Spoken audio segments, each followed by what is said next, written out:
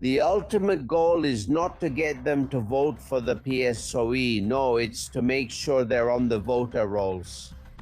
What they really want is just to have their name, the names of 2.5 million voters, on the electoral register. Then they'll take care of the envelope and the vote themselves. I have the feeling that Spain could end up like Italy in the 1980s with a president like Bettino Craxi in Tunisia. In other words, cornered by all the kickbacks, by all the bribes that existed at that time, and this could lead Spain into a situation, well, it's the same situation. That is, there were bribes for public works contracts to benefit a certain political party, the Italian Socialist Party, whose top leader ended up fleeing after 2 denied extradition requests, and we are on the verge of this happening. This is happening in Spain.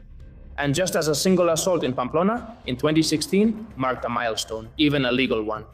That is, from that assault, a whole series of regulations began to be put together, and a specific law was created in response to that assault. We see how 5,000 don't make them start working or start thinking about the problem, right? The earthquakes brought down Delcy. They brought down Delcy, they brought down Jorge, and they brought down Diosdado. This is a matter of weeks. People don't believe anything they say anymore. Wherever they go, people boo them. No one wants to take pictures with them. No one pays attention to them. No one obeys them. What he has left is his little group, getting smaller and smaller. I'm not sure if you've seen the latest images. People already want to lynch the police officers who break into houses to steal.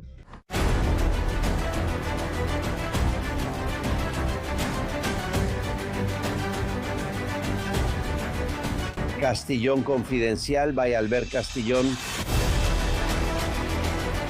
Thank you for the strength and the honor you give us by being there, supporting the channel in this trench that keeps getting bigger and where we are gaining ground against the enemy. We have been winning small battles for months now.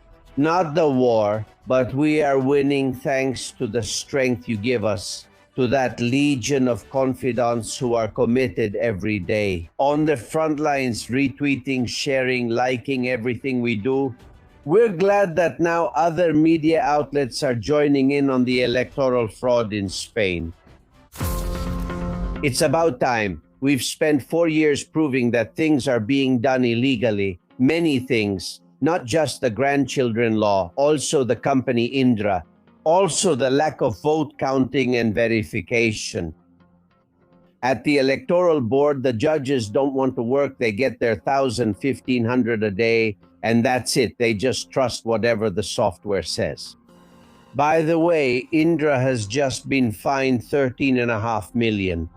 The Supreme Court confirms the sanction for creating a bidding cartel, and they divided up the percentage that each company kept from the awarded contracts. But anyway, Indra will continue to carry out the vote counting in the upcoming Spanish general elections under the control of the Ministry of the Interior, that is by Marlaska. You see whose hands we're in?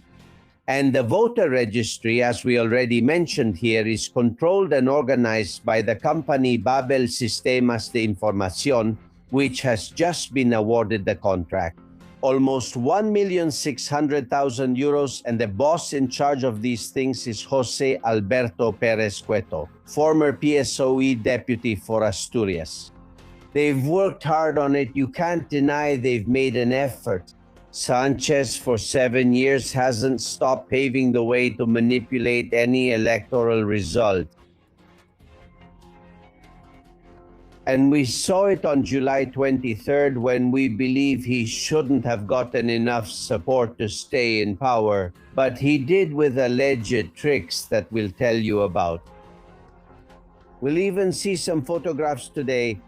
But let's get to the important part. Gentlemen, the important thing is that Feijó has woken up. Before that, Abascal did it, which also took him more than 3 long years. Here we talked with people close to Vox and the Popular Party. We gave them evidence. We showed them reports. It went in one ear and out the other. They were afraid of being accused of spreading fake news. And with that fear, that little insecurity which Vox also had at the beginning, now luckily they've gotten rid of it completely, and I'm glad. Because of that fear, we've been very alone in this fight. For years, pointing out the irregularities and the obvious fraud. Well, yesterday was the first day, the first in 7 years, that Feiju woke up from that eternal sleep and talked about manipulation of the voter registry. He did it on his radio. Here there is electoral engineering that consists of, in a very short period of time, in a year and a half, increasing by 2.5 million the number of people with the right to vote through naturalization and a Spanish passport. In addition to the 1,300,000 people who have already been granted a passport and Spanish nationality by residence, now there are 2.6 million applications, of which, according to the data we have, no more than 100,000 have been denied and 2.5 million are being processed, 640,000 in the city of Buenos Aires. Buenos Aires, therefore, will become one of Spain's major cities with these 640,000, in addition to those it already had. What is behind this is a clear interest in gaining new voters. Since the current voters don't add up for them, let's see if by creating new voters, the numbers work out for me. A bit late, Mr. Feiju, although better late than never. In fact, I woke up before you much earlier. 1.5 million people have already been naturalized since Sanchez has been in office, and you, Mr. Feiju, thought this was just another hoax from the far right or from alternative media like ours. Of course, if ABC or Cope don't publish it, right, which is what you listen to, then we're in trouble. Look, the record for naturalizing foreigners under Sanchez was in 2025, 300,000 people in 1 year, although the overall record in this surge, as you know, is this 2026, in which it will reach 2.5 million. They don't hide that it's to manipulate the elections, of course not. They take money, even if there is no state budget, from everywhere to send members of the PSOE, sometimes from the government, to campaign throughout Spanish-speaking Latin America. Barbon, the president of Asturias, has been there, as well as secretaries of state, and for example, the one you're going to see, Cesar Mogo, has been campaigning for a year in Chile, Uruguay, Paraguay, and Argentina. Listen to him in Argentina. He asks for it clearly. Now comes citizenship, and right after that, the passport is just an administrative procedure. And every time I see someone with a Spanish passport who can have both the Argentine and Spanish passports at the same time, well, it will be a satisfaction. This is what the government of Spain, with President Sanchez at the forefront, wanted, for that community to be strengthened. And in Argentina's case, it will lead the way, I insist. It will have a much larger population than 95% of the Spanish provinces. This man is the foreign secretary of the executive committee of the PSOE and a senator for Lugo. And he has spent a year going from country to country, squeezing out the vote. The goal is to change the election results in 18 Spanish provinces, thanks to the foreign vote.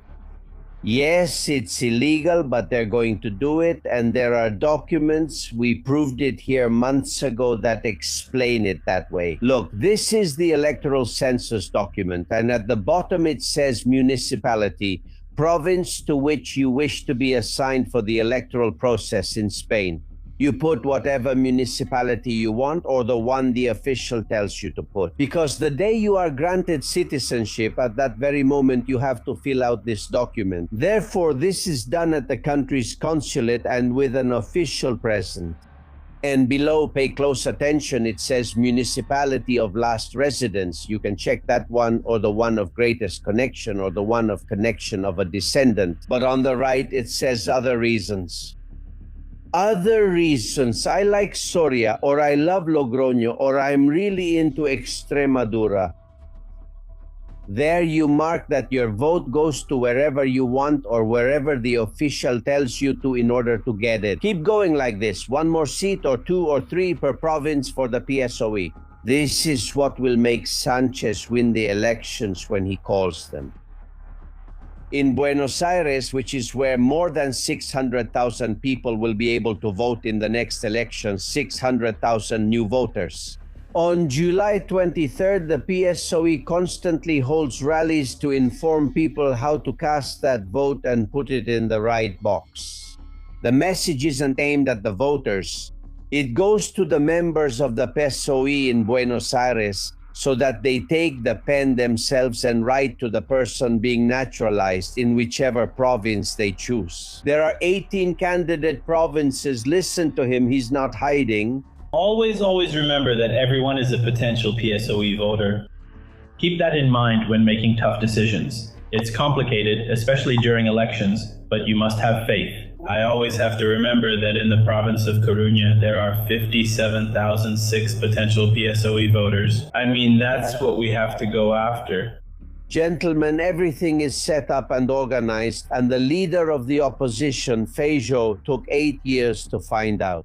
Before he acts, justice is already being heard. Europe and many organizations have reported this in court, that it's illegal, that there is no European country that does it, that it goes against the rules of the European Union. But Sanchez, since when has he cared about legality? And there's another plan. We believe that the ultimate goal is not to get them to vote for the PSOE. No, it's to get them on the voter rolls. The effort of Sanchismo, of the consulates and of the party members sent to Hispanic America is not so much to get them to vote for the PSOE, but to get them to vote. With the excuse that they are new Spaniards, we will give them a passport, they will have the right to a pension when they retire, or at least the minimum if they didn't contribute. It's going to cost us a fortune, but it doesn't matter. The goal is for them to vote. Why doesn't Sanchez go there to campaign, for example, right? Or why doesn't he send one of his lieutenants? We believe it's because all they want is to have his name, the name of 2.5 million voters, on the census. Then they'll take care of the envelope and the vote themselves. I want you to see footage reported by Gabriel Araujo in 2024. What you're going to see is the counting of the Serra vote in Madrid. Therefore, the vote that arrived from Spaniards abroad in the last general elections, those of July 23, 2023, pay close attention to this scene. You can see Fidel there. There are government officials from the National Institute of Statistics. There are many of them collecting the votes of Spaniards abroad. With a white machine, as you can see there, they open them, they open the envelope, breaking, therefore, the chain of custody. The vote is supposed to be secret, and they take out the already opened envelopes. From that point on, the result can be manipulated however they want. One more image. This official who is wearing pink is rummaging inside an envelope with the Serra vote. She's checking who they voted for. This is before the counting. And she's not the only one. Notice that there are several more around her. One more photograph, please, taken secretly, because this, which should be public, as the law says, is done behind closed doors, and they don't allow recording. The media should be there overseeing the vote. Well, they don't allow a single journalist in there. These images were captured by Gabriel Araujo's team. I think this last image is the one that explains everything. You're seeing the behind-the-scenes operation, how the Serra vote is being prepared behind the scenes. What you're seeing here was reported in 2024. These images were shown and the Electoral Board said nothing was wrong, that it was normal. In the last 4 regional elections, as this program said, the PP won with a majority in all 4 in Spain, but the Serra vote in all 4 was won by the PSOE. Do you really believe that PSOE supporters abroad were mobilized? Or that there were many officials like the ones you're seeing changing ballots? Yes, gentlemen, it's clearly a scandal. They've been deaf, blind, and mute here for 8 years. And now that there are only months left until the next election, they're rushing to make accusations, rushing to make a fuss. They don't know how to do their job well, and they'll pay for it, yes. they'll go back to the opposition. But what's worse, we, because of their negligence, are at risk of losing everything again. Above all, Spain's freedom. Welcome. There's more. And one of those private prosecution groups that filed the complaint I'm telling you about is here as a guest. We're waiting for you at the House of Sparkling Water, Vichy Catalan. Ladies and gentlemen, Begoña Gómez once again provokes Judge Peinado, whom she can't stand, as we already told you here, and she requests the temporary return of her passport to attend the NATO summit in Turkey. Yes, the daughter of Savini and Sabiniano is essential at the NATO summit, and the lawyer writes exactly what I'm about to read to you. The purpose of this trip is to be part of the delegation. Official Spanish delegation accompanying the Prime Minister to the NATO summit of heads of state and government to be held in Ankara. And they say she will go on an official trip because she was also invited by the wife of Erdogan, the Turkish president, and on the way back she will make an official trip on the way there, and on the way back she will make a stop in London. So she will take the Falcon to go see her daughter graduate from a private school. She just needed to say, I'll invite Barabes to come to the party too, and you all pay for the appetizers. Luis Maria Pardo, welcome. How are you doing, my friend? Hello, Albert. How are you? Good afternoon, good morning, or good evening to everyone watching us from anywhere in the world. This woman hasn't understood anything. Is she telling the judge to give her passport back so she can take a Falcon to go to a private celebration that she should pay for herself? Well, that's apparently what has been requested of Judge Peinado, right? I think it's quite clear that there are precautionary measures in the order opening the trial proceedings that she has to comply with, and now we'll see what Judge Peinado says. I was saying a few hours ago that I hope we don't find ourselves in a situation like the one Italy faced in the 1980s, right? That someday we might have to regret something that was done or left undone. Well, I think she has requested that authorization, and I understand it will be denied, just like it would be for any other citizen. So, well, let's move on to something else, right? But it seems like a provocation, or are they living in another world, Luis Maria? Or both things, right? Not alternatives, but together. It could be that they live in, well, actually, I think they've disconnected from the reality of civil society, and that's why they do those things that the public, that the insiders just can't understand, right? So how do you request that permit to make a trip? And well, by the same rule as before, making that trip, of course, having that car. If they were allowed to leave and for whatever reason, then this person decided, well, I don't know, maybe not to come back, or instead of going to Turkey, they go wherever they want. Of course, what position would that leave the ability to travel or not? Well, the truth is that we're going to wait and see what happens, and I think we'll find out in the next few hours, and we'll see what Judge Peinado decides. We'll see. It's curious because in that request made by Begoña Gómez's lawyer, he says, don't worry, she's not going to flee. He doesn't say it in those exact words, but that's what he implies and says. The trip will be made with the accompaniment of the security team of the president of the government. But if that's exactly what doesn't protect from anything, and that's what Judge Peinado insinuated, I don't know, to me it sounds like probably a provocation. Let me go to my daughter's graduation with the government's Falcon, just like I go to concerts to see Serrat. With the government's Falcon, it's something similar, right? You know Judge Peinado better than I do, and he's retiring in September, and this depends on Peinado, no one else. What's your bet? I'm with Peinado, me with a hairstyle. Whatever Peinado says, for me, he is a judge who must have all the respect for his judicial decisions. And in case we don't agree, well, there are the appeals that have to be filed. And of course, I'm not going to get into a controversy. If he adopts it, then we have a series of appeals that can be filed. And if he doesn't accept it, then the defense will have to expand their appeals in the sense that they haven't been allowed to travel. Of course, I think they should take into account that the wife of the president of the government is already, so to speak, indicted for 4 very serious crimes that could add up to several years in prison. Therefore, going back a bit to the origins, to what they said was a bug. the bottom or the mud. We're no longer in that situation. We are in a situation where there are individuals who want to take Begoña Gómez to trial. This is the reality.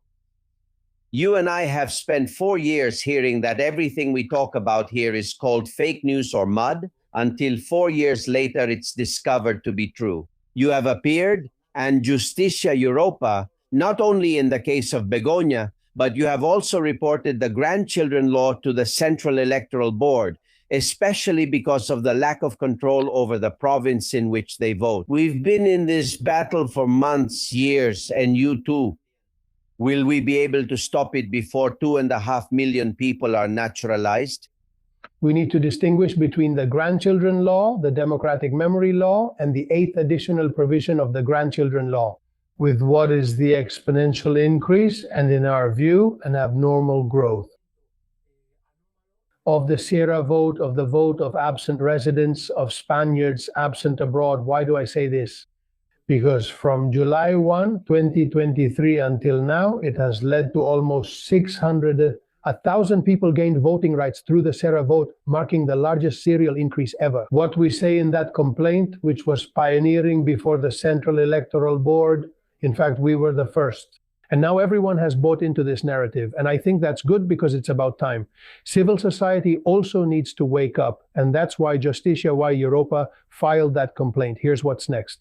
On the issue of Sierra voting, in 2023, the Central Electoral Board stated that when voting by mail, you had to show your national identity document when you went to the post office. It's also true that with Sierra voting, something similar happens, since most people don't go to vote at the consulates. Instead, what they do is deposit or send their vote by mail to the consulate in one envelope inside another envelope. Where does the certification that has to be issued go? And where does the photocopy of the passport go? What we're saying is that we still have time to prevent this, because this usually happens when elections are called, but not before. That there could be irregularities in an electoral process that affect hundreds of thousands of people.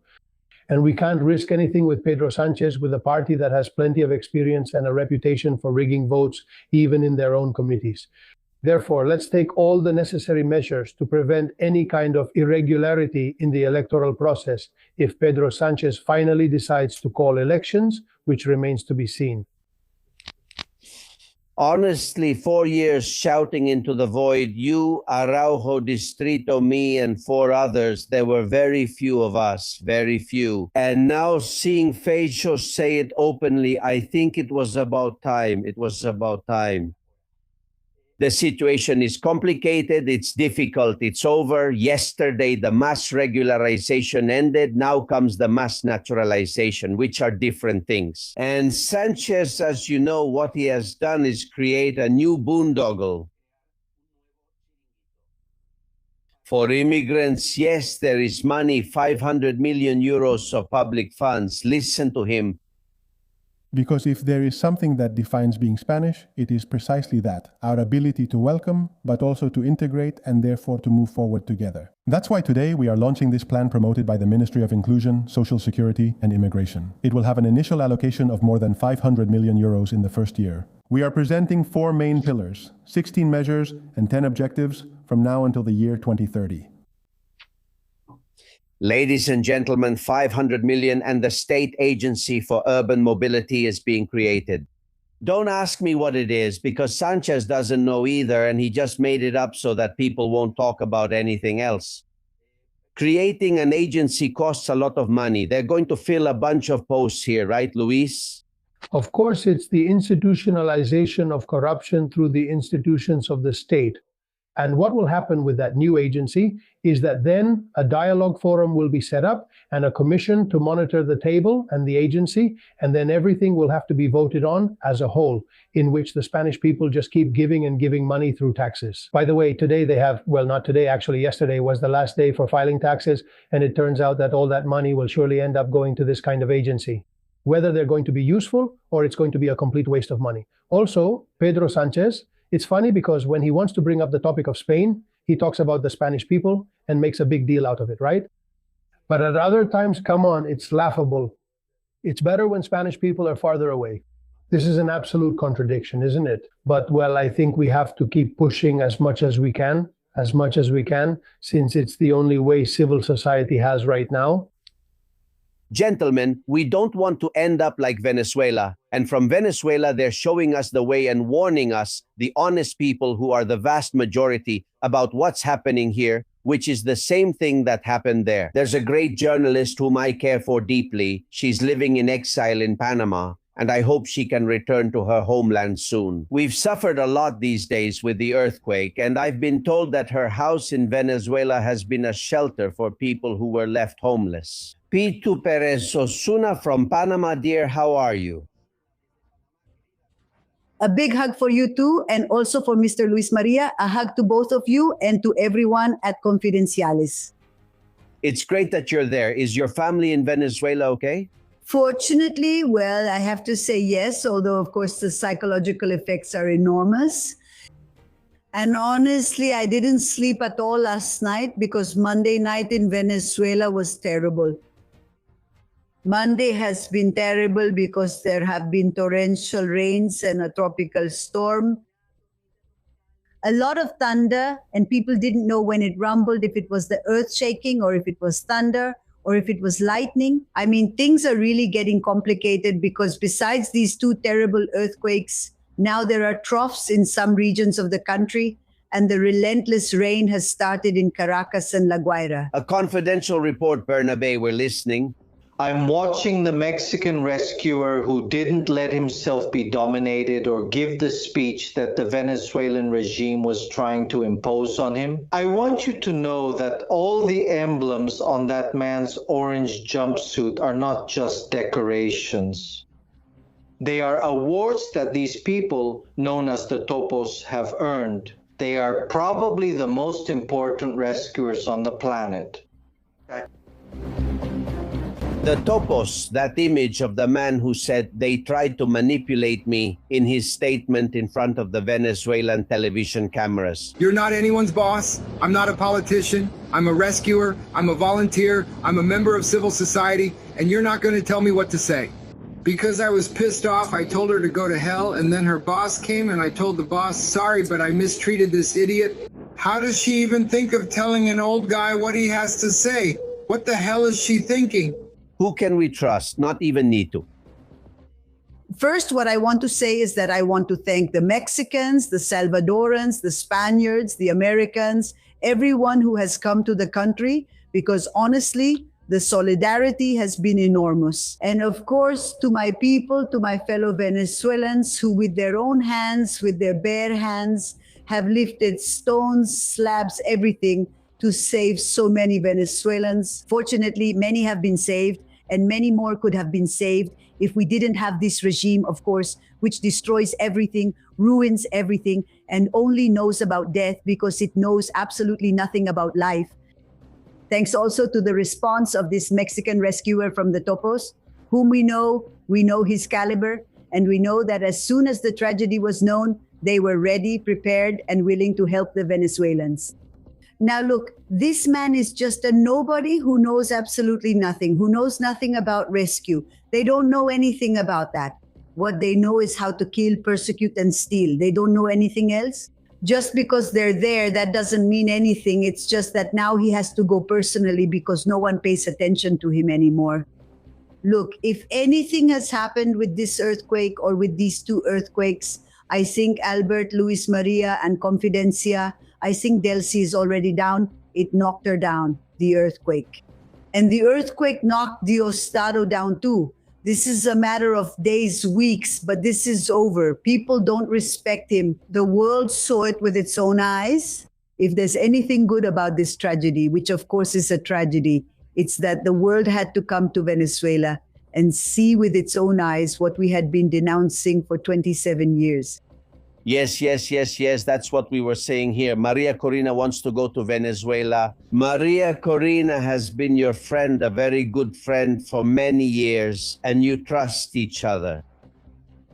Trump has told her not to go for safety reasons, and Chavismo has closed the airspace so she can't get there. But I think it's quite likely she'll go to Venezuela, don't you think? I am truly very grateful to President Trump for everything he has done. There hasn't been another leader in the world, not a single one, no matter what people say, who would have done what he did. None of them dared. Trump dared. And he took down Nicholas and he took down Delcy. And yes, just imagine if this whole tragedy had happened with Nicholas and Delcy in power. Just imagine that. What would have happened? At least they're not here, and there's American oversight in this disastrous regime of Delcy and her brother. Of course, I can't agree with not allowing Maria Corina to enter the country, but I think that's only going to last for hours, for days. Maria Corina will enter. Careful, she entered. She is going to arrive in Venezuela. That there are orders and counter orders in the United States. I don't know the Trump administration, but as far as I understand, one sector of the Trump administration gave permission and another sector prevented it. And since there's that struggle, because there's a sector that apparently wants Delcy to stay, because business with Delcy is very good, and there's another sector that wants Delcy to leave, because the important thing is for Venezuela to stop being a threat. For the United States, they're in internal politics. I'm not going to get involved. What I want to tell you here is that I'm convinced that those who don't want Maria Corina to get there, because she could be an obstacle for their oil, energy, and whatever other businesses they have the bad news that that government has fallen, that the earthquake brought it down, that Venezuelans don't respect it. They don't respect Delcy. They don't respect Jorge. Wherever they go, people boo them, Albert. That's the truth. They don't want foreign correspondents to enter the Sastre area because people boo anyone who does something wrong. That's the truth. I don't know how much longer this is going to last, but they're going to have to leave. And I think that it's up to us Venezuelans, because I don't care what anyone thinks anymore. What are we going to do? We are what matters.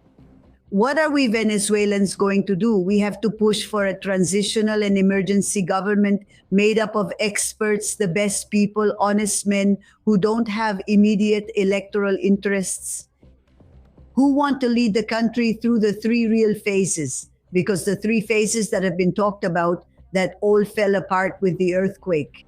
The three phases are reconstruction, transition, and recovery. We have to rebuild the electrical system, the maritime routes.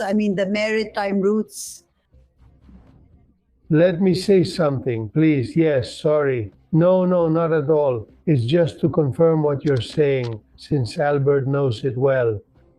Since Maduro was overthrown, I think he has done an invaluable exercise in reflection for the people of Venezuela, because it was said that when Maduro was overthrown, democracy and transition would come, but this hasn't happened. That is, this hasn't been brought. And now, unfortunately, what has happened with the earthquake has once again brought everything happening in Venezuela to the forefront. So I already said it back then when I spoke on Albert's show. The only future that awaits the people of Venezuela is what their society, their citizens want. And what is clear is that they can't keep having the future they have now, because it's obvious that it's absolute destruction as a people. That's right. Yes. Pardo, but allow me. You, Pardo, are with Justicia Europa in every case. Zapatero, Begoña, all of them. How many times is Venezuela mentioned in them? Constantly. Have they all benefited from the money, the oil, the gold, the deals, the contacts? Tell me just one of those hundreds of people under investigation who has said, I'm going to help the Venezuelan people.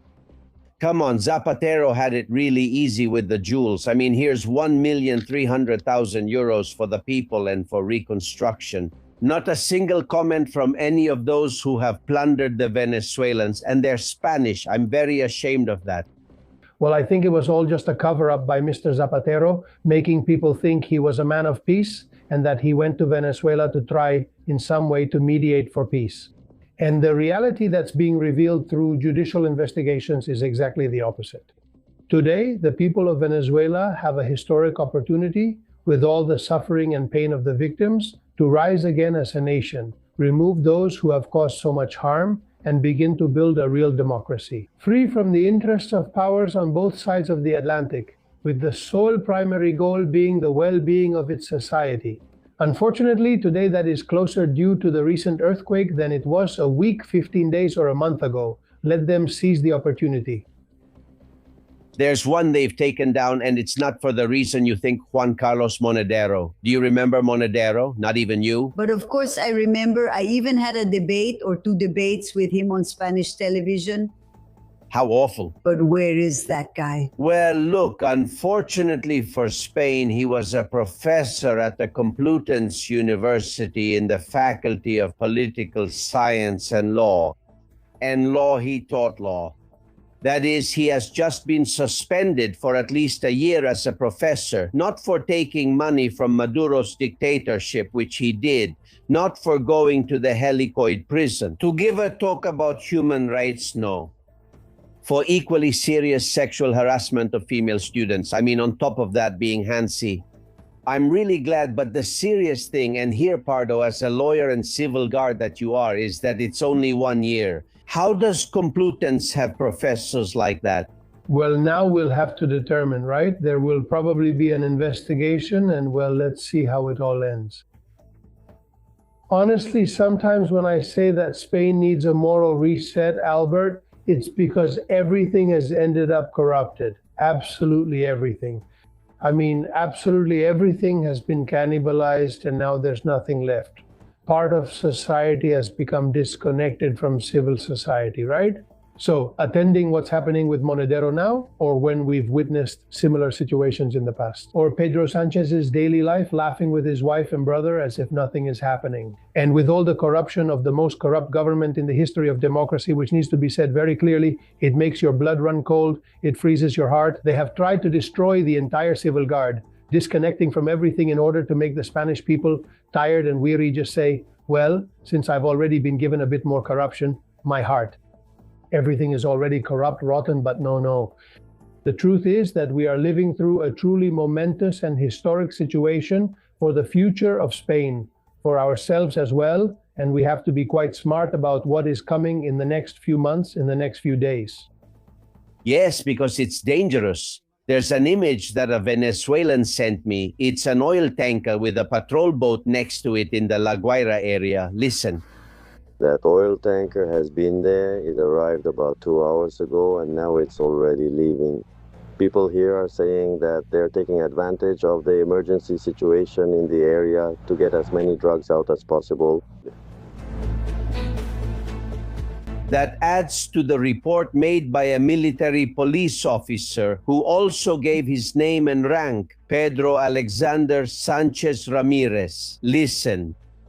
They're sending out boats with drugs from different places in La Guaira. These shameless people are taking advantage of our people suffering for their own benefit, and within the police it's treated as normal, as if nothing is happening in the country.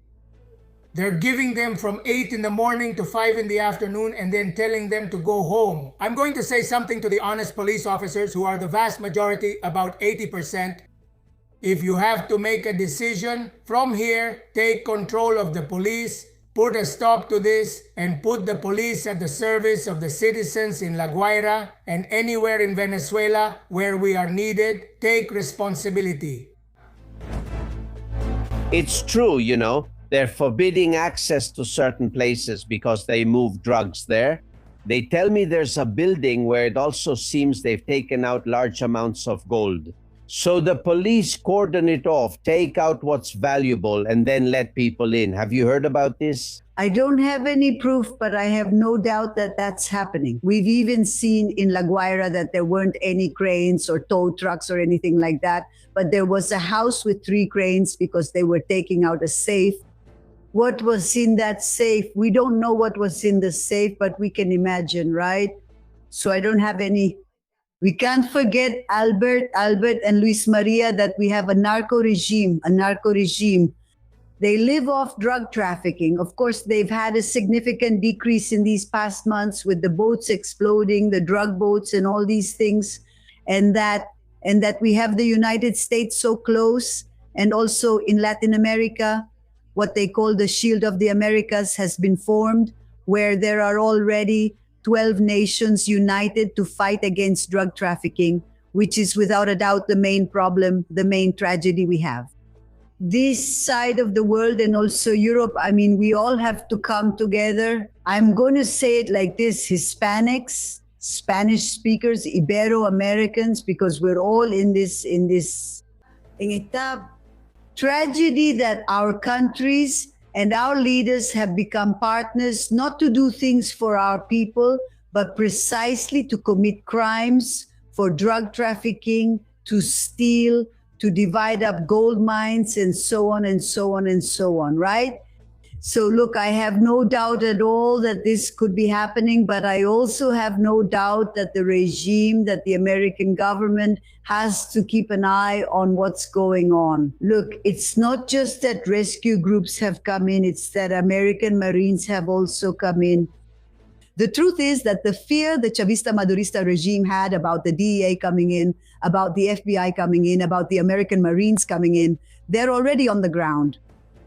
And of course, I didn't like the statements from the American Chargé d'Affaires who said that, well, they work very well with DRC. I think all of that has already fallen apart. I'll say it again, just like at the start.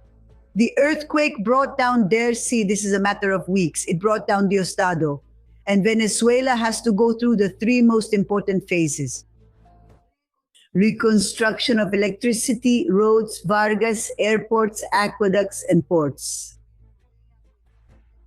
That's what we have to do now. Then we have to move on to a transition stage, transition where there can finally be free elections. And after that will come the recovery stage, where we have to do an immense job to attract major investments to the country. Hopefully that can't be carried out by Delcy Rodriguez or Jorge Rodriguez or Diosdado Cabello, because they stole everything and destroyed everything. We need a transitional government, call it a junta, whatever you want, but I think that's the direction we need to push Venezuelans toward.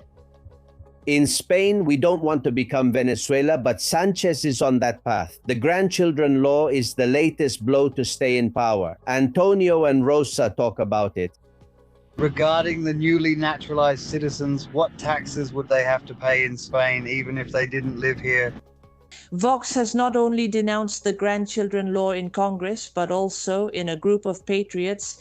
A delegation is going to Argentina to see if they can gather information and try to stop all this madness. Pardo, are we still on time, or is it already too late for all these actions? Of course we're on time. As long as there isn't an election call, there's still time. That's why we've reported the Central Electoral Board, which is the competent authority on the matter, so that it can supervise the Electoral Defense Office in everything that's happening.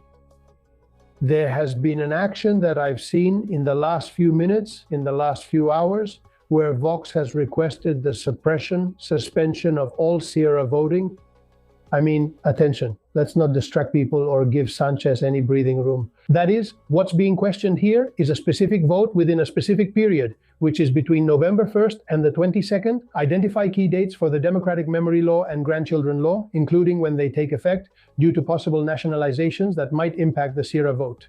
Depriving 3 million people abroad, people who live in Europe, in France, Germany, in Portugal, of the vote that every Spaniard is entitled to. I think it's entering a very dangerous debate, because also the Central Electoral Board can determine and can consider it within the Sierra vote. As we have requested, which are the people who have been naturalized, the naturalizations that have been done precisely because of the grandchildren law. That is, to narrow it down so we have that voter roll and see where the difference is. That's where you see where the lack of transparency is. That's where the government's discretion lies. It's not someone who's lived in Bordeaux for 20 years and has every right to vote. To narrow it down for the voter roll, and that prohibiting more than 3 million Spaniards from voting, any court is going to overturn that. So that's just wishful thinking, but it doesn't work. Do you have the feeling, Pardo, that we could end up becoming a narco dictatorship like Venezuela if things keep going like this? I have the feeling that Spain could end up like Italy in the 1980s with a president like Bettino Craxi in Tunisia. Basically, cornered by all the kickbacks, by all the bribes that existed at that time, and this could lead Spain into a situation, well, it's the same situation. That is, there were bribes for public works contracts to finance a certain political party, the Italian Socialist Party, where its top leader ended up fleeing after 2 denied requests to lift parliamentary immunity, and we are on the verge of this happening in Spain. Therefore, obviously, I think we are facing a very serious moment in Spain, and it requires every kind of safeguard that exists in the rule of law to protect us from whatever might happen. By the way, let me highlight what I'm about to say. You have defended electoral transparency, well, ever since I've known you. And we've been talking for almost 5 years now that what we're saying and what we keep saying is, if we already know how this person acts and what they've done all this time with all kinds of things, we should be cautious about what might come next. We should be cautious. Yes. Well, all the pro-Sanchez press says they're hoaxes and that they still are. I think that when there's such a unanimous attack against that way of drawing attention to the electoral roll and the manipulation, when the attack is so brutal from the media close to the government, it's because we've hit the nerve exactly where we should. Luis Maria Pardo. What Albert was saying is, if the government has reacted the way it has, Albert, man, allow me, you and I have hit the nail on the head. Well, we have to keep going. They're still in power. Take care, Pardo. Take care.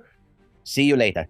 I want you to listen to these confidential ones, Nitu. They're talking about Venezuela and the United States. Meva from Spain and Karim from London.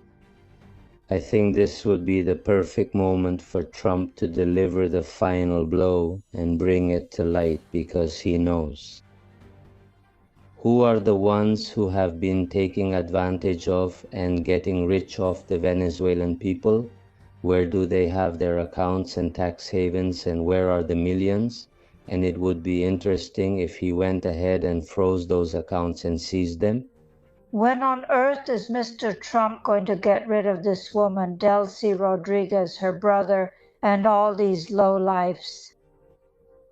Yes, Mr. Trump took Maduro away, but he left the others, who are just as much torturers. And besides, there's a campaign, at least I saw it until yesterday, to whitewash Delcy. I see it in Spain.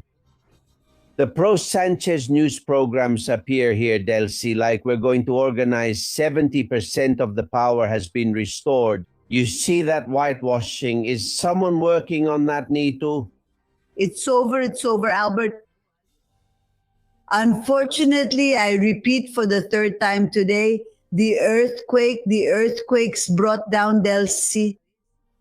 They brought down Delcy, they brought down Jorge, and they brought down Diosdado. This is a matter of weeks. People don't believe them anymore. Wherever they go, people boo them. Nobody wants to take pictures with them. Nobody pays attention to them. Nobody obeys them. What they have left is their little group, which keeps getting smaller. And I don't know if you've seen the most recent images. People already want to lynch the police who break into houses to steal, to rob from the dead. I want you to see how a group of citizens overpowers the police who are looting and stealing. Watch.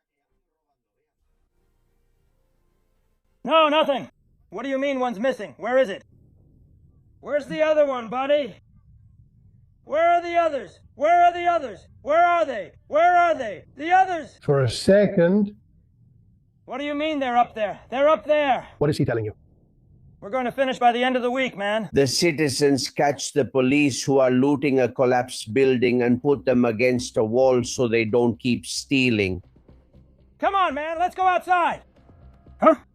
What a nerve! What do you have there, buddy? What do you have there? This was unthinkable, not even Nito a few months ago. But who do they obey? They depend on the Ministry of Interior Relations, Justice and Peace of Diosdado Cabello.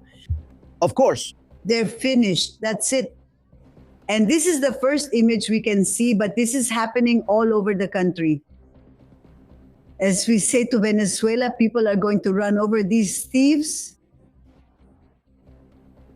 It really worries me that it's the citizens who want to take justice into their own hands. But when you don't have justice, when there are no institutions, the people have to defend themselves, Albert, and they're doing it the best way they can. And they also record them and show them. That's why they don't want foreign correspondents to reach ground zero. That's why they don't want journalists. That's why they don't want the Starlink antennas, which have been stolen, to be there. They don't want anyone to be able to transmit. But Venezuelans are determined, Albert. We are determined.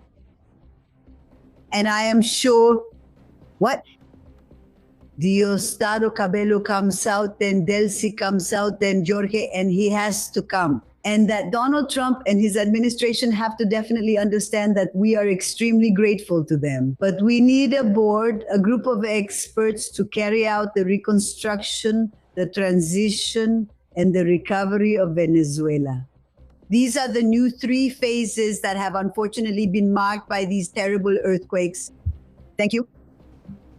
Pedro is in Venezuela. It's confidential and reminds us of Zapatero. Albert, you're carrying a cross that isn't yours. Thank you so much on behalf of all Venezuelans. Zapatero, who claimed to love the people of Venezuela, not even a single message.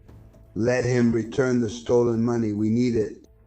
For 26 years, we have denounced human rights violations and the destruction of Venezuela, and they didn't believe us. Now the world can see with their own eyes the country's ruin that Chavismo caused. And yes, it was him.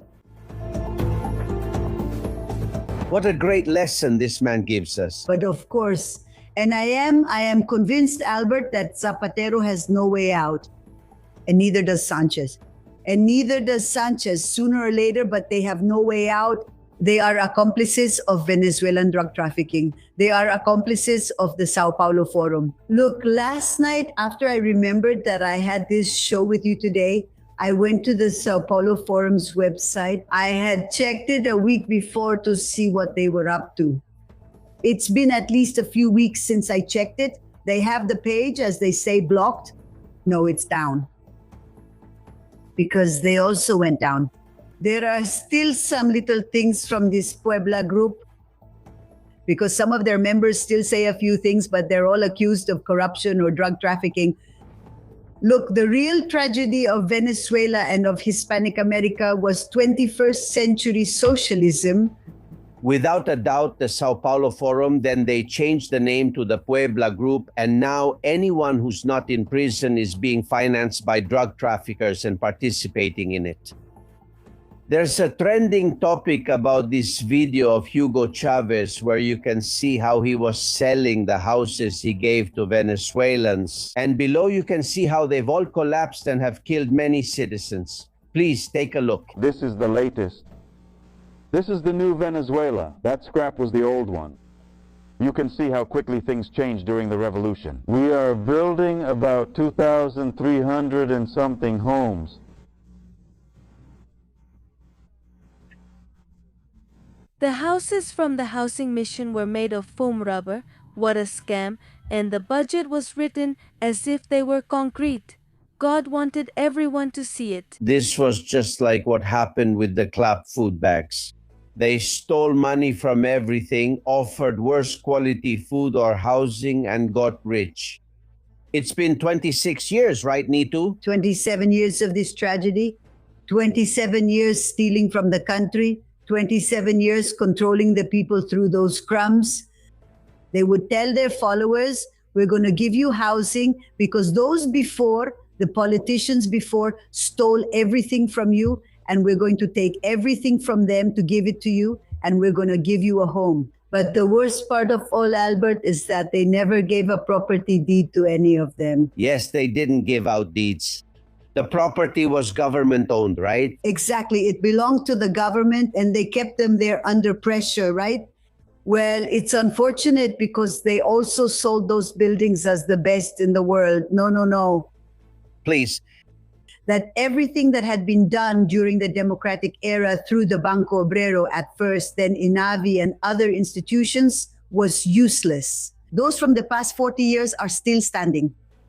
These all collapsed. But the serious thing is not that they collapsed, it's the human lives that were also lost. Because these people are guilty of genocide 2 and 3 times over. First, for the humanitarian crisis they created in the country.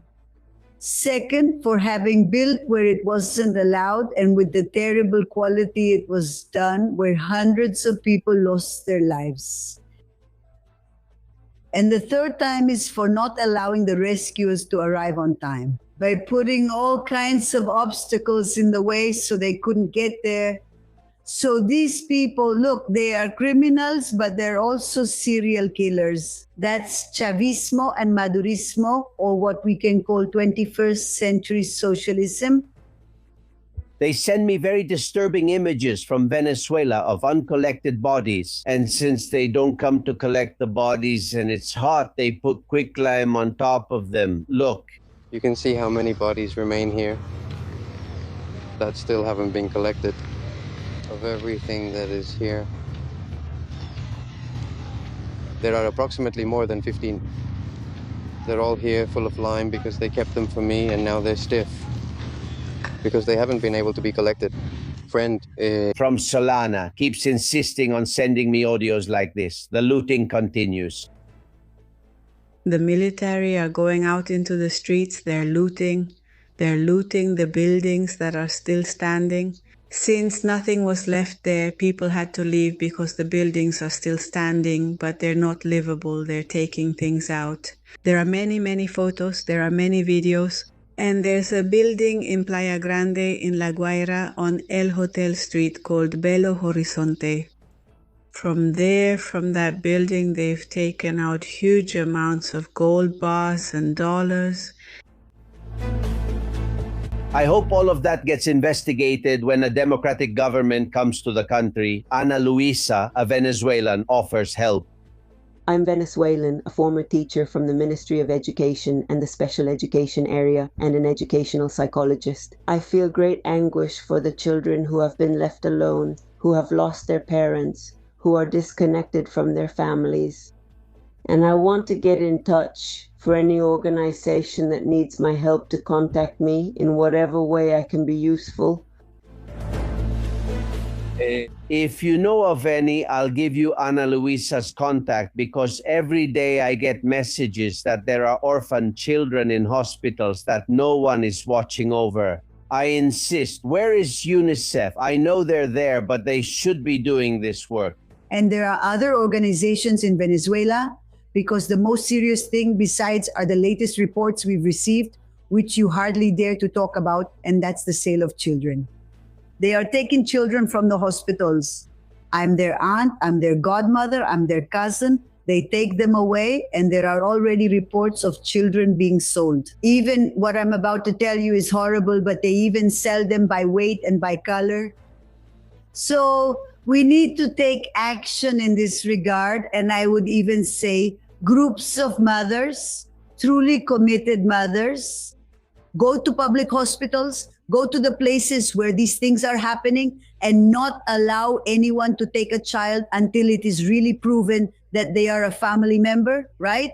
I say this because we are in an emergency and there are so many fronts to tackle this issue that this is just one more, because you think that evil has a limit. No, evil is unlimited. It is definitely unlimited. Just as evil is unlimited, we've seen it, evil truly is unlimited, and we're seeing cases like this without a doubt. If you give me the contact, I'll make a couple of calls.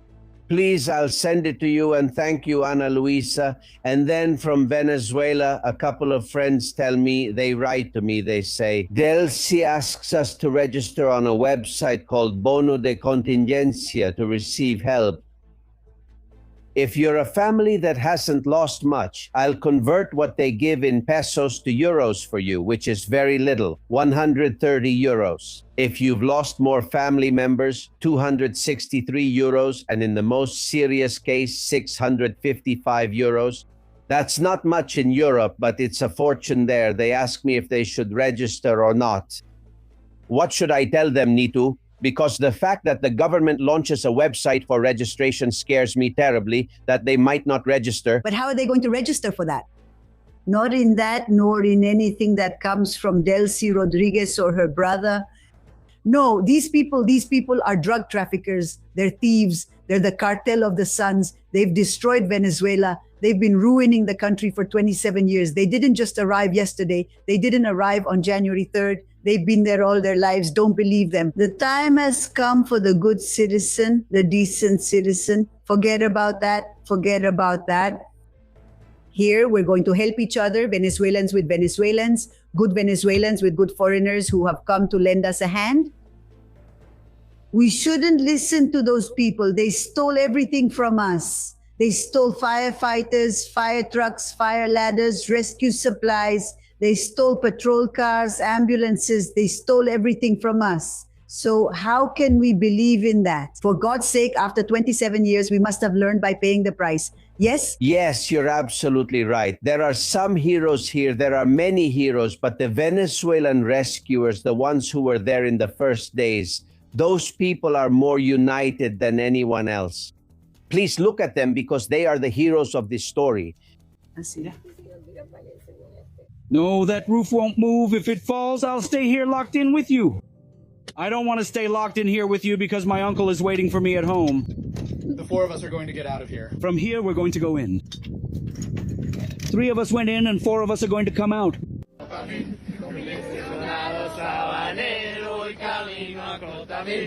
If you see him up there on the hill. Tuki, tuki, tuki, tuki, tuki. I think they are the best example of what Venezuela is like, of what honest people are like, and they are the majority of Venezuelans. That is Venezuela. There's something about it. Here we are.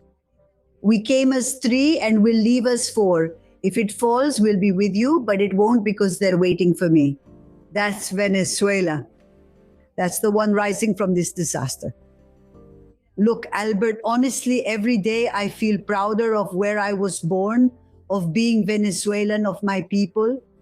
First, Albert, I want you to know I love you so much. You truly haven't left or abandoned us for even a moment. It's amazing how you've been there fighting and fighting, making this cause your own, which has also become the cause of the Spanish people, of good Spanish people who are also the majority, because we are the same. Look, I'm talking to you and my husband is Spanish and my 3 children are Spanish. Of course. By the way, they vote and they vote well in Spain. What I want to tell you is, we come from here, we are the same. And what we have to do is unite more and more Hispanic America to understand the tragedy that happened to us. Kick out these bandits and these thieves and unite the good people and move forward, stay afloat. Are we going to do it? We have the possibilities, we have resources, but above all, we have talent and we have heart. So I truly thank you for everything you have done. I thank each and every good Spaniard who has been there, because many of them also have friends and family in Venezuela, just as we have friends and family in Spain. We are the same. So truly, thank you very much. And to the Venezuelans, of course, that is Venezuela, the one you just saw, that does not give in, that does not get tired, that has hope, has faith until the very last moment. And when they can't do anything else, they look up to the sky and ask God to receive them in His glory. So look, honestly, I am convinced that you are going to get out of whatever Sanchez is trying to drag you into, and we are going to get out of the disaster we've been in for these 27 years. Look, I'm going to bring the camera closer to give you a kiss. I love you, Nito Perez Fosuma. Thank you, dear friend. Thank you, Albert. Really, Susana, to the whole team, I love you all so much. I want you around here from time to time. I want your wise advice here. I told you, yes. You can count on it. A hug. Thank you, dear friend. Well, Nito Perez Fosuna, ladies and gentlemen, one of the best journalists there ever was and ever will be in Venezuela. If you'll allow me, let's go to the newsroom. Susana Gas' latest messages. Here we are, Albert, in the Castillon Confidential Newsroom, as always, receiving those messages and great opinions from all our confidential viewers, who, by the way, are growing every day and are all over the world. That's very important, too. Flor de Lis says, go ahead, my admired Yusio, and above all, the Patriots. We thank you and we will be eternally grateful for your courage. Vicens, however, says the votes are already counted. What the PSOE lacks are voters to justify those votes that have already been counted, because as it is often said, what matters is who counts the votes. Pep says that your work is commendable, referring to the UCO, and above all, important, because you are the last line of defense against this attack on democracy. And also, thank you very much to Albert Castellon, to his whole team, to all the panelists who every day speak the truth without mincing words. Thank you. Cayman says the situation with Bono has seemed suspicious for a long time. What Cayman doesn't get is how Bono keeps getting richer and is still free. But that's just how things are. But of course, we're in Spain, it's not specified. Ramon says he always repeats the same thing, only the people can save the people because politicians are only creating problems for those of us who live or want to live in peace, also living at the expense of others. They are total parasites. Macarena says we have to remember that other states in Venezuela are also suffering all these misfortunes and they are losing absolutely everything, and we have to help them too. Antonio also says that Venezuela, Cuba, Valencia, Alamus are victims of communist politicians who work for all the enemies except for the Spanish people, the cash cow they keep milking under political pretext. And so we go on. And Esmeralda also says that it breaks her heart to see what is happening in Venezuela, while thousands of people have lost everything.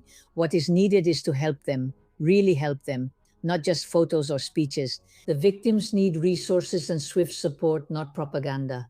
The truth is that as a Venezuelan, I am suffering a lot. Juan also writes to us. He says, I'm tired of new information coming out every week about alleged cases of corruption linked to the government. Citizens deserve explanations, and citizens also have responsibilities. Justice must go all the way. Corruption, no matter who it comes from, destroys.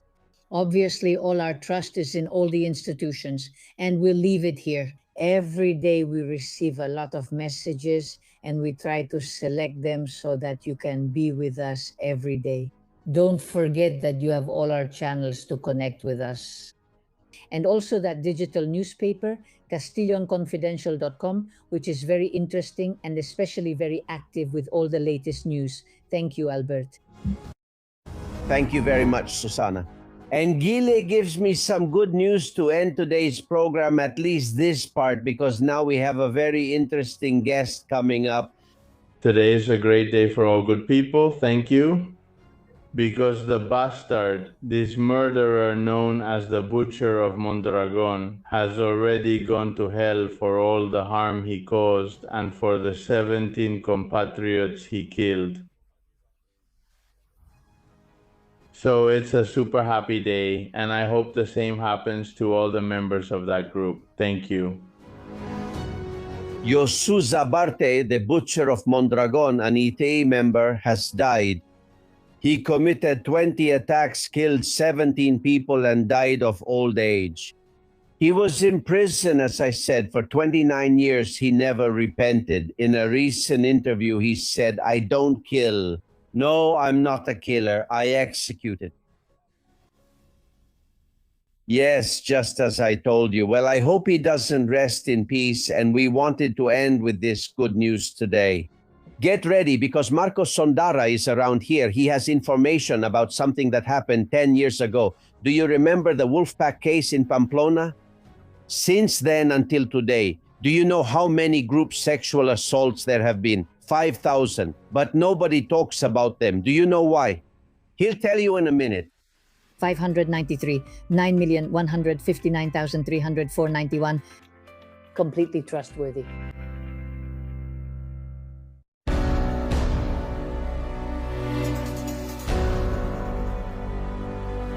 Gentlemen, I'm sure you remember July 7th, the day of San Fermin in 2016. 10 years have passed. At that time, I was on television, and the San Fermin La Manada case, the Pamplona case, became news morning, afternoon, and night. A group of Spaniards, including military personnel and people in uniform, had committed abuse against a young woman during the San Fermin festival. Everything was exposed, their faces, their appearance, addresses, where they lived. All of that later led to the Only Yes Means Yes law. You remember the one by Irene Montero. A law so poorly made that it has released more than 1,000 sexual offenders by reducing their sentences, many of them ending up on the streets. They have never apologized for that. The members of La Manada, whose faces were on TV day and night, were finally sentenced by the Supreme Court to 15 years in prison. Many have already been released, but most of them had to serve a good part of those 15 years. Nowadays, nobody talks about La Manada. Why? Well, because they're only talked about when they're Spanish groups, not when foreigners are part of them. And the data published by Marcos Ondara in The Objective is more than worrying. Marcos, welcome. How are you? Glad to be here, Albert. Always a pleasure to join you. 5,000 cases of group sexual assault in 10 years that nobody talks about. Is that true? True. Absolutely true. In fact, the data comes from the Ministry of the Interior and goes up to the end of 2024. And with a simple calculation, you can project it to 2026. Let me explain, okay? I think the introduction you made is perfect. I think everyone more or less remembers the case clearly. We're talking about 5 Spaniards who sexually assaulted, as a group, an 18-year-old woman from Madrid. It was a very high-profile case, to the point where you could argue, you could even discuss whether it ended up affecting the trial itself, right? We have to remember that in the first ruling, there was a dissenting judge who said he did not see any kind of sexual assault. That judge was later subjected to public shaming. We have to remember that although the events took place in 2016, in 2017, the streets, well, there were protests in all the big cities with people shouting, "Only yes means yes." That is to say, all of that started a movement that, as you rightly mentioned, led to the "Only yes means yes" law in 2022, right? Which also, in a very paradoxical and very paradigmatic way, ends up benefiting sexual offenders, which is a good reflection of how effective equality policies are when it comes to mitigating the problems they supposedly aim to address, right? Well, you remember all that scandal, but you don't remember any scandals that came after, right? If you think back to 2017, 2018, 2019, 2020, you don't remember hearing about any gang rapes. Maybe those who dig the most into this topic on the internet might find it familiar.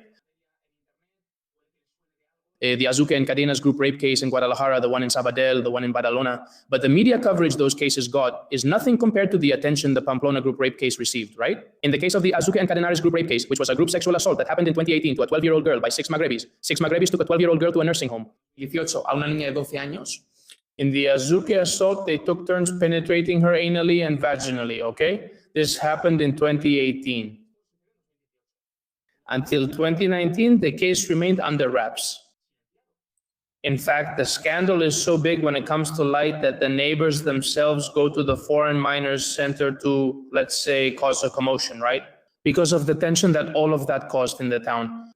One can remember, for example, the case that happened last year about the rape by the fake unaccompanied minor from Hortaleza in the community of Madrid. That is, we have very few cases like this that, because of their severity, have often reached the media, but we still don't have anything close to a complete picture of the magnitude of the problem. Well, if you look at the data from the Ministry of the Interior itself, which has been collecting information about these gang rapes since 2018, that is, group sexual assaults, group rapes, you find that between 2018 and the end of 2024, that is, in a span of 6 years, there have been 3,737 group rapes. 3,737 up to the end of 2024. What happens? We still don't have data for 2025, and we don't have data for the first half of 2026. But if you do a simple proportion, a kind of extrapolation, more or less in this year and a half, if the trend continues and hasn't increased, there would have been about 800 rapes, okay? 800 rapes in a year and a half. The data you're talking about, and these are official data, is that in the last 8 years, that is, since Sanchez has been in power, just so you get an idea, rapes increased by 286%. Correct. And sexual offenses by 85%. Yes. Most of them, tell me if I'm right, most of these group assaults were committed by foreigners, right? Correct. 43% would have been committed by foreigners and 33% by Spaniards, and the rest are still unidentified, right? Let's say, and these are data from intelligence. What is the main foreign nationality?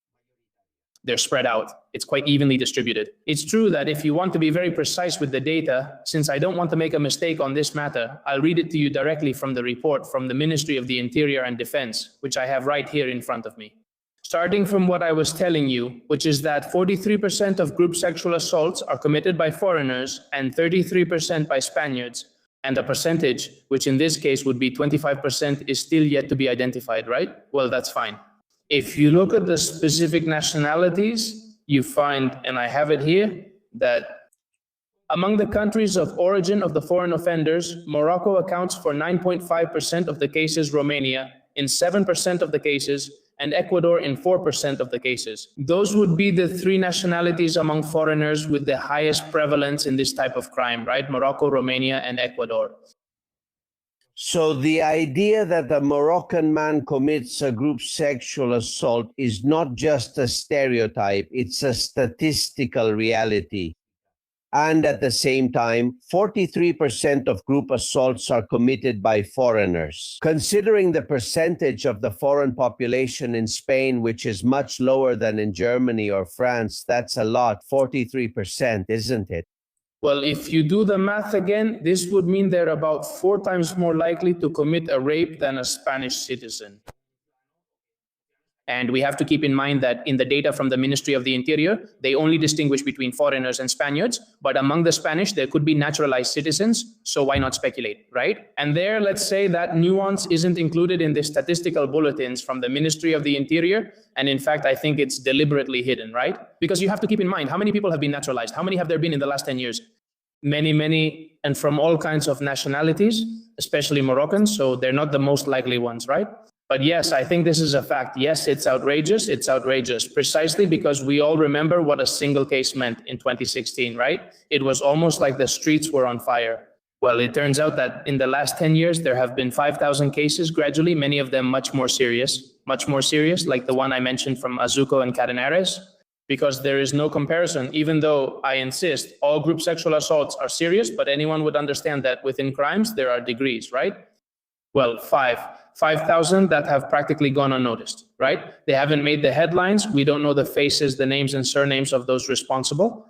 The major newspapers, so to speak, the mainstream ones, have barely touched on the subject, just in passing. And just as a single assault in Pamplona in 2016 marked a milestone, even in legal terms. That is to say, from that assault, a whole series of regulations began to be put together. A specific law was created in response to that assault. We see how 5,000 don't make them start working or start thinking about the problem, right? In fact, when the Ministry of Equality starts talking about those group sexual assaults and so on, they start coming up with very far-fetched arguments, right? First of all, they say it's because there are more reports. I don't know. I mean, you can report a robbery, you can report sexual harassment, anything.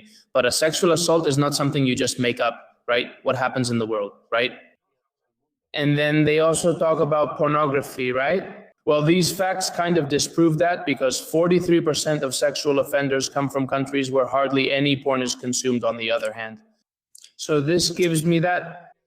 Then the data is very shocking when you look into it, when you manage to find it, and especially the media silence that accompanies this sad reality in Spain. Right, no doubt. Marcos Sondara, there's the data, there's the information, and it's only fair, especially since we're both journalists, that we now focus where we should and not where it's been for the last 10 years. We're not defending anyone from the Pamplona wolf pack here, but making them the symbol of this kind of assault is extremely unfair. They shouldn't be the symbol of that. Thank you very much, Marcos. Take care. A pleasure. Take care, Alberto. Take care. Thank you very much, Silvia, for your kind and supportive words. I want to congratulate you on all this information you're giving us, which is extremely valuable, and without it, we obviously wouldn't know anything, as always happens. Thank you. Thank you very much. It's my job, and thanks to Minerva, who brings a fun tone to everything. Do you remember Gertrudis? Gertrudis says, look, the dangerous secretary. That woman scares me a lot, the one from Zapatero. He dedicated a song to her. Gertrude is the secret of hot jazz. She hung out with the wolves, the poets' crowd of the patriots. And now she doesn't travel anymore. At 61, they chirp. And her hair done on the tram, and the law lair with an escort. Yes. Yes, always, always with yours. Thank you. Go on. Hope your dinner with Javier gives you heartburn. Yeah. Please. He just keeps singing better and better. Well, I want a song every week, not always a song like this. No, whatever you want, but a song. Well, thank you very much. Mario tells me that Jamil Lamal's father wasn't allowed to enter the World Cup. Well, Ramon Lamal's father, because he's a sucker, wasn't allowed to enter the United States because he has a criminal record. Good for the Americans who don't let just anyone in. He's right, and Angeline sent me Froy Lannister. The PSOE headquarters would be something like this. Take it. I have plenty of other people's money. Of course. Take it. From the Ministry of Transport. Let's go. I'll now turn the floor over to my comrade Mari Chusma to discuss socialism's humility and austerity. Thank you, Pedro. My point is that we socialists don't care about the poor. We actually work to increase their numbers every day. Yes, sir. And that's a great truth. Amparo tells me being a socialist means having very little shame and being willing to be very disgusting. And she sends me another one, the ones from the makeshift flotilla. When are they setting sail for Venezuela to clear out debris? No, you won't see them there. No, a Gaza every week, but never there. That's life, my friends. Well, one more and that's it. Jose Carlos, I loved it. Imagine you're in Argentina, Paraguay, Uruguay, and this happens. Look, passports are falling from the sky. No way, they're Spanish passports. I'm going to grab one. Look at this, it's a Spanish passport. They're still falling from the sky. Hachi, bring more. I can't manage with these. Here you go, boss, but he already met with Begoña. Sanchez and Pachi Lopez throwing passports from a plane. No. Also, I'm sure we'll catch something there too. No, okay, boss, but you know me. Who can handle Madrid? Fished with Begoña. So annoying, me and Begoña all day. Well, Isaac, to finish, he sent me a movie that seems to be getting banned in much of Europe. It's called Citizen Vigilante, a movie from this year, 2026, directed by Uwe Boll and starring Armie Hammer. A movie that deals with how immigration is changing our lives in Europe. Well, it has been banned in Germany and it's gone viral since it was banned. In fact, now there are more people who want to see it. Citizen Vigilante, a preview. You are all being you. The vigilante citizen is delivering a brand of justice that some believe the authorities have failed to provide, targeting both criminals and those in power accused of allowing crime to flourish unchecked. It's the story of a former soldier who takes justice into his own hands in the face of an inefficient judicial system, harshly criticizing immigration policies and crime rates.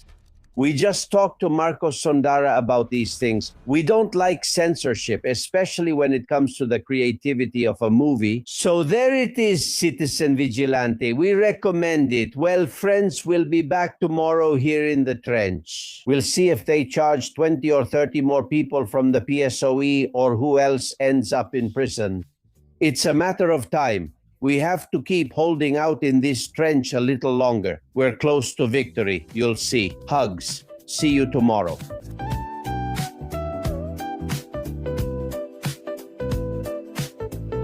You know it and I know it. We are confidential. You are confidential. I am confidential.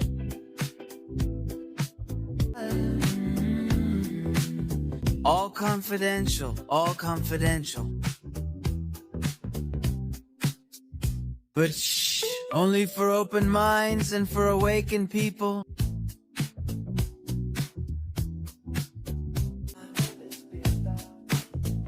From the trenches, the bullets whistle, and there's no way to get out there. Here, freedom has wings of wax.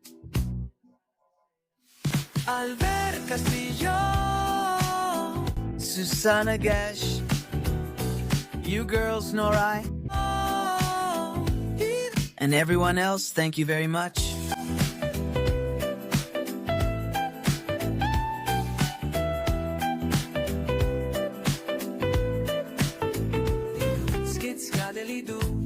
You with this, I'm not at the club tomorrow. See you tomorrow, don't forget, and thank you.